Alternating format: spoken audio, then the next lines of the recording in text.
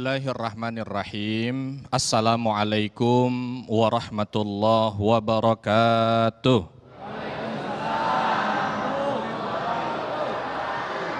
Innal hamdalillah nahmaduhu wa nasta'inuhu wa nastaghfiruh wa na'udzu billahi min shururi anfusina wa min sayyiati a'malina. May yahdihillahu fala mudhillalah wa may yudlil fala hadiyalah. Ashhadu an la ilaha illallah wahdahu la syarikalah wa ashhadu anna Muhammadan abduhu wa rasuluhu la nabiyya ba'dah. Allahumma salli wa sallim wa barik ala nabiyyina Muhammadin wa ala alihi wa ashabihi wa mawalaha ma ba'd. Rabbi shrah li sadri wa yassir li amri wahlul 'uqdatam min lisani yafqahu qawli.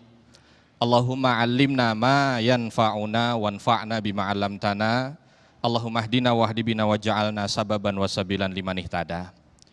Sahabat yang dicintai Allah, alhamdulillah tadi kita sudah banyak mendapatkan pelajaran dari guru kita Ustadz Abi Maki kaitan dengan arti ulama. Mudah-mudahan yang hadir di sini ada yang punya niat agar anaknya, cucunya bisa menjadi ulama. Dan mudah-mudahan ini adik-adik yang hadir di sini juga ke depannya mampu menjadi penerang bagi negeri ini. Karena alangkah makmurnya satu negeri kalau negeri itu berlimpah ulama. Dan akan sengsara satu negeri kalau di negeri itu tidak ada ulamanya. Karena Allah Subhanahu wa Ta'ala akan menurunkan rahmat dan kebaikan kepada negeri yang banyak disebut di dalamnya asma'nya. Nah, ulama ini ngajaknya, kira-kira Bapak Ibu, ulama ini banyak ngajak nyari dunia apa nyari akhirat? Akhirat apa dunia? Ada enggak ulama ngajarin utang? Ada enggak? Tapi banyak enggak yang utang? Itulah dia ulama. Ulama mengajak kita bagaimana kita qanaah terhadap apa yang kita miliki. Membentengi kita supaya tidak iri dengan apa yang dimiliki tetangga. Ini ada orang tetangganya beli mobil baru, dia masuk rumah sakit. Kenapa? Karena tadi. Makanya negeri ini butuh ulama. Supaya negeri ini berlimpah keberkahan dari Allah Subhanahu wa Ta'ala. Dan sesuai dengan hikmah yang disampaikan, rusaknya negeri dengan rusaknya umara dan ulamanya. Dan baiknya negeri itu dengan baiknya ulama dan umaranya. Nah, kita sekarang mau bahas tentang sinergi. Sinergi itu apa? Apa sinergi? Kerjasama yang baik antara ulama dan umara. Bagaimana kita bisa mendapatkan limpahan kebaikan itu? Dengan apa? Bersatunya ulama dan umara. Ini ulama dan umara gak bisa dipisahkan Bapak dan Ibu. Ya, hati-hati dengan pemikiran yang ingin memisahkan antara ulama dan umara. Seolah-olah umara di satu tempat, ulama di sudut lain. Sehingga mereka tidak bisa dipertemukan. Justru inilah yang akan menghancurkan satu negeri. Kita bahagia banget kemarin ya Allah, Presiden undang para ulama dan tokoh agama. Melihatnya saja kita sudah terharu. Alangkah luar biasanya kejadian ini. Dan mudah-mudahan inilah pintu awal keberkahan Allah berikan kepada negeri kita Indonesia. Karena Bapak dan Ibu, kalau saya berbicara tentang sinergi ulama dan umara, ini sudah banyak ceritanya. Tidak usah saya bicara tentang khalifah yang 4. Abu Bakar As-Siddiq, Umar bin Al-Khattab, Utsman bin Affan, Ali bin Abi Thalib radhiyallahu anhum. Subhanallah, dalam diri mereka ada umara dan ada ulama. Tapi kalau kita ingin melihat ada khalifah-khalifah umara yang terkenal di dalam agama ini. Contoh di zamannya Muawiyah. Di zamannya Umayyah itu ada Umar bin Abdul Aziz. Lalu di zaman Abbasiyah ada Harun ar-Rasyid. Lalu setelah akhir Abbasiyah ada Salahuddin al-Ayyubi. Lalu di kekhalifahan Ottoman Turki Utsmani ada Muhammad Al-Fatih.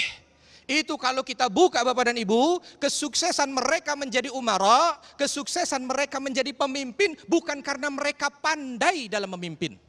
Tapi ternyata di baliknya ada seorang ulama yang begitu dekat dengan mereka. Contoh saja, contoh dari belakang kita ambil contoh. Dari kekhalifahan Utsmani, Turki, ada seorang pemuda namanya Muhammad Al-Fatih. Usia beliau kala menaklukkan Konstantinopel. Usianya kurang lebih 25 tahun Bapak Ibu. 25 tahun sudah menjadi pemimpin fenomenal. Yang membuktikan hadis Nabi bahwa nanti Konstantinopel akan ditundukkan dengan pemimpin yang sebaik-baik pemimpin dan sebaik-baik pasukan adalah yang dia pimpin. Muhammad Al-Fatih, 25 tahun. Siapa di sini yang usianya 25 tahun? Selain saya. Hah? Ada belakang 25 tahun, sisanya. 25 tahun Bapak dan Ibu. Ini kalau sekarang ada pemimpin 25 tahun tergolong tua apa muda? Muda 25 tahun. Tapi ketahuilah ada seorang yang bernama Muhammad. Sampai punya gelar Al-Fatih. Mampu menaklukkan Konstantinopel di usia 25 tahun. Tapi kalau kita runut sejarah. Salah satunya buku yang bercerita tentang kekhalifahan di Turki Utsmani. Sebab utama selain daripada kemampuan strategi perang yang dimiliki oleh Muhammad kala itu, dia punya satu guru, ulama tenar, Syekh Ab Syamsuddin. Beliau yang senantiasa menyertainya. Dan beliau tidak mau melepas kepergian itu kecuali bersama dengan beliau, termasuk salah satunya ketika beliau berangkat untuk menaklukkan kota Konstantinopel.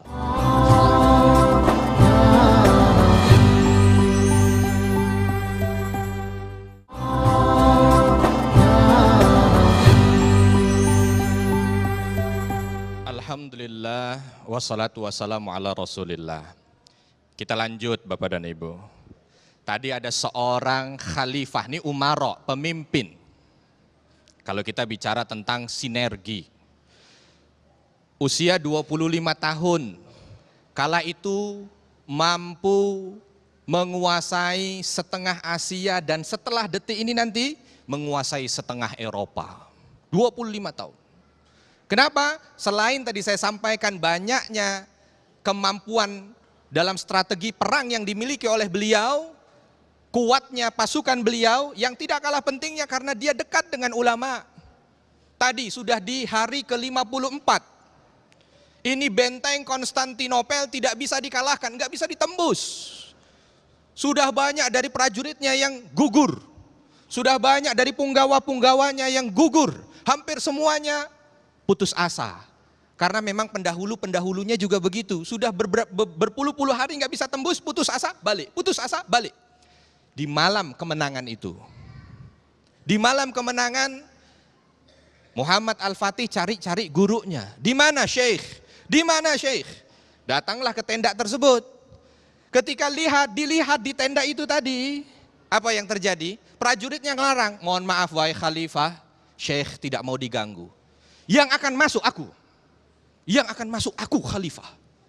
Akhirnya prajurit tidak tahan atau tidak kuasa untuk bisa menahan khalifah masuk. Begitu khalifah masuk, baru melihat apa yang dilakukan oleh syekhnya atau ulama ini tadi, bercucuran air mata.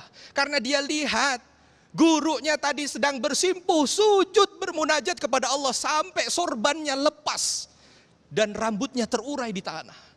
Selesai assalamualaikum, assalamualaikum, dia lihat ada Muhammad Al-Fatih di sana, dia peluk. Sampai matanya itu merah karena munajatnya yang diselingi dengan derai air mata. Apa yang dimunajatkan oleh sang ulama ini tadi? Minta agar Allah beri kemudahan kepada khalifah. Minta agar Allah beri kebaikan kepada khalifah. Minta agar Allah buktikan apa yang sudah disampaikan oleh nabinya kepada manusia yang bernama Muhammad Al-Fatih ini. Subhanallah, mereka berpelukan. Sudah menjelang akhir malam. Akhirnya jam 1 mereka bergerak. jam 1 malam mereka bergerak. Singkat cerita, di keesokan harinya kota Konstantinopel mampu ditaklukkan oleh pasukan Muhammad Al-Fatih. Pasukan Muhammad Al-Fatih menjadi bukti dari apa yang disampaikan oleh Nabi, bahwa nanti Konstantinopel akan ditaklukkan oleh sebaik-baik pemimpin dan sebaik-baik prajurit. Tapi kalau kita lihat ternyata detik-detik akhir apa yang terjadi? Karena doa dan munajatnya ulama. Alangkah bahagianya negeri ini Bapak Ibu, kalau semua ulama yang hadir, yang ada di negeri ini mampu bersinergi dengan umara. Ulama memang tidak pandai untuk menentukan A, B, C, dan D. Tapi hati-hati dengan lisannya ulama ketika bermunajat di sepertiga akhir malam, mengangkat tangannya mohon kepada Allah. Bisa jadi sesuatu yang mustahil itu Allah turunkan berkat doa ulamanya. Bahagia rasanya kita sebagai rakyat nih. Kalau ternyata mampu terjadi yang seperti itu. Tidak lagi gontok-gontokan, tidak. Tapi bagaimana saling merangkul. Yang ini berjalan sesuai dengan amanah yang diberikan. Lalu sang ulama menjalankan sesuai dengan amanah yang ada pada dia juga. Apalagi tadi menggelitik yang disampaikan oleh Imam Ghazali, bahwa ternyata rusaknya umara dengan rusaknya ulama. Rusaknya ulama dengan rusaknya karena tamak terhadap harta. Dan ini dilanjutkan. Selesai dari acara tersebut, ya bukan acara ya, mampu untuk menaklukkan Konstantinopel, apa yang terjadi? Apa yang terjadi? Muhammad Al-Fatih yang dicari gurunya. Yang dicari gurunya. Dia tanya, mana syekh? Mana alim kita, mana ulama kita? Datang dengan membawa 1.000 dinar. Bu, punya uang 1.000 dinar? Pak, ada rekening 1.000 dinar? 1.000 dinar berapa duit? 1 dinar kurang lebih mungkin sekarang 2 jutaan ya. Hah? Kalau 1 dinar 2 juta berarti 1.000 dinar berapa?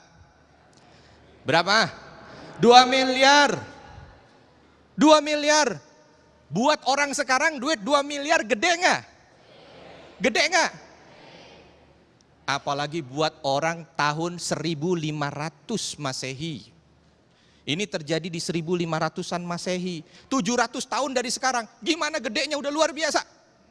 Kalau ada orang ngasih Bapak Ibu duit 2 miliar, diambil nggak? Diambil nggak? Ini tadi ulama yang merasa, bukan merasa ya, kalau kita ceritakan kontribusi beliau terhadap kemenangan itu tinggi. Ketika Umar datang bawa 2.000, bawa 1.000, 2 miliar berarti sekarang ya. Apa yang dilakukan oleh Syekh Ak Syamsuddin? Dia tinggal, mohon maaf, pergi ke belakang. Dengan menampakkan wajah yang tidak suka. Luar biasa, benar apa yang disampaikan oleh Al-Imam Al-Ghazali. Bahwa mampu untuk menjadikan negeri itu baik kalau umaroknya baik, kalau ulamanya baik, dan kalau ulama yang dilihat juga bukan hanya sekedar hanya duniawi semata. Ini dia. Maka wajar kalau ternyata lidahnya ketika berdoa para ulama mampu untuk tajam menembus arsy Allah. Kenapa? Karena ini tadi. Maka yang perlu untuk disampaikan kepada kita bersama, ini juga kan namanya umara itu tidak harus presiden. RT itu juga umara. RW itu juga umara. Pemimpin kan, walau di lingkupnya. Ulama juga begitu. Coba alangkah baik kalau seandainya ini mampu bersinergi dan memberikan kebaikan di antara yang lain. Seperti dulu para pendahulu-pendahulu kita mampu mendapatkan kebaikan itu justru dari sinergi mereka. Justru dari harmonisasi mereka. Harmonisasi. Harmonis. Hubungannya baik, tidak satu di sana, satu di sini. Ini yang dilakukan oleh salah seorang khalifah. Umar ibn Abdul Aziz.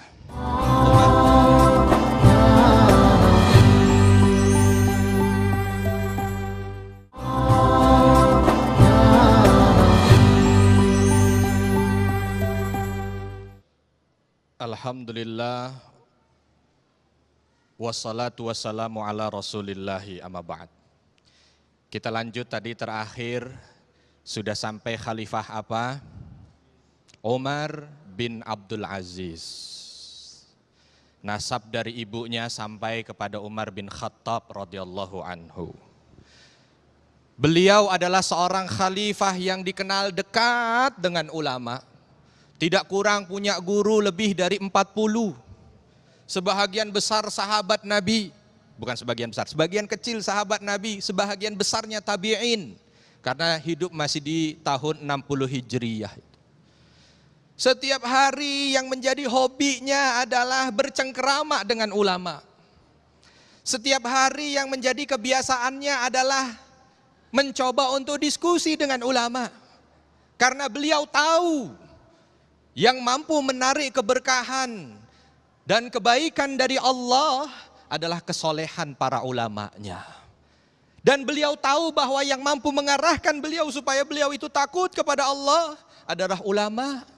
Karena tadi guru kita Ustadz Abi Maki sudah menyampaikan bahwa yang takut kepada Allah itulah yang dapat gelar ulama. Satu saat pernah sang khalifah bawa lentera. Bawa lentera.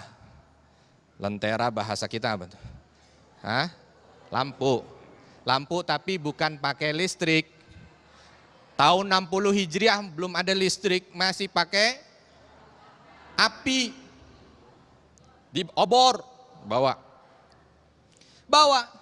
Terjadi diskusi antara dia dengan seorang ulama.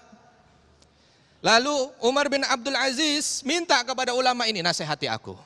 Luar biasa ya, luar biasa. Maka wajar ini, sang khalifah ini mampu untuk menjadi pemimpin yang fenomenal. Bayangkan ketika beliau naik jadi pemimpin, itu keadaan negeri carut marut Bapak Ibu. Keadaan negeri karena itu carut marut, kemiskinan di mana-mana, kezaliman merajalela. Orang susah untuk mencari penghidupan.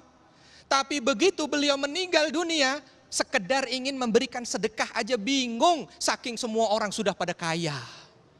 Subhanallah. Ini kalau lagi pengajian begini di zamannya Umar bin Abdul Aziz, baru mau ngasih duit aja, mohon maaf saya udah banyak. Luar biasa. Ini Umar bin Abdul Aziz ketika bertemu dengan salah seorang ulama sambil bawa lentera itu tadi.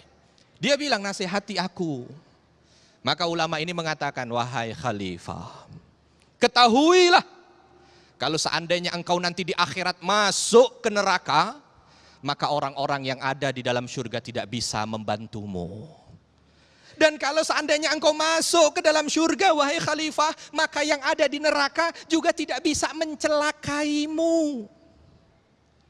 Maka patuhlah kepada Allah. Ini kalimat pendek, Bu. Kalimat pendek tapi mampu membuat Umar bin Abdul Aziz kala itu bergetar sampai bercucuran air mata. Lentera yang dibawa itu padam bukan karena getarannya, tapi padam karena cucuran air mata yang keluar dari air mata atau dari mata seorang khalifah. Coba nangisnya gimana itu Bapak Ibu? Cuman diingatkan, khalifah, kalau nanti kamu masuk neraka, gara-gara apa yang engkau perbuat ini, maka yang di surga nggak bisa nolong. Kalau sudah di sana, kalau di sini masih bisa. Kami menasehati Anda menasehati kami, kita masih bisa saling nasihat menasehati. Nanti kalau sudah di akhirat nggak ada lagi kesempatan itu. Dan kalau seandainya engkau masuk ke dalam surga, orang yang di neraka juga nggak bisa mencelakaimu. Jadi tidak perlu dalam kehidupan dunia di saat kita memimpin, kita takut dengan hal-hal yang berbau duniawi. Karena orang-orang yang terlalu menghembuskan hawa nafsu ketika mereka masuk ke neraka, nggak bisa celakai kita. Jalan dengan kepatuhan dan ketaatan kepada Allah, luar biasa. Ini satu malam Bapak Ibu, coba kalau dibikin buku itu, malam-malam bersama Umar bin Abdul Aziz, alangkah luar biasanya ini. Alangkah luar biasanya. Dan wajar saja kalau negeri yang beliau pimpin itu mampu menjadi negeri yang gemah ripah lah jinawi. Bukan perkara kepandaian beliau, tidak. Tetapi karena salah satu faktornya adalah beliau dekat dengan ulama. Ini harmonisasi, harmonis sekali. Begitu juga bagaimana kalau kita lihat ada salah seorang umara dididik oleh ulama dari kecil sudah dididik. Karena dulu beberapa umara, pemimpin-pemimpin yang dekat kepada Allah, itu benar-benar menginginkan anaknya dididik oleh ulama. Pernah satu saat ada salah seorang yang nanti ke depannya jadi umara. Waktu kecil belajar sama seorang ulama, dicambuk. Sampai berbekas. Padahal ini anak kecil nggak salah apa-apa Bapak Ibu. Tapi anak kecil kan nggak berani sama gurunya, diem aja. Karena yang nyambuk siapa? Gurunya. Begitu sudah besar, dia jadi umara, dia jadi pemimpin, dia jadi khalifah. Datangin dia gurunya. Wahai guru, mohon maaf. Saya mau tanya, masih ingat, masih kuat dalam ingatanku. Di saat aku berumur sekian-sekian di masa kecilku, ketika aku belajar denganmu, tiba-tiba engkau cambuk aku. Tiba-tiba engkau pukul aku sampai membekas. Aku mau tanya, apa salahku? Karena aku pikir sampai sekarang aku tidak buat salah apa-apa. Luar biasa, apa kata ulama? Ulama ini bilang, wahai khalifah, ketahuilah bahwa itu bentuk nasihat dariku pribadi terhadapmu. Bagaimana rasanya didolimin orang? Enak apa enggak? Waktu itu aku memukulmu sebagai bentuk kezoliman. Engkau tidak berbuat salah, aku pukul. Enak atau tidak?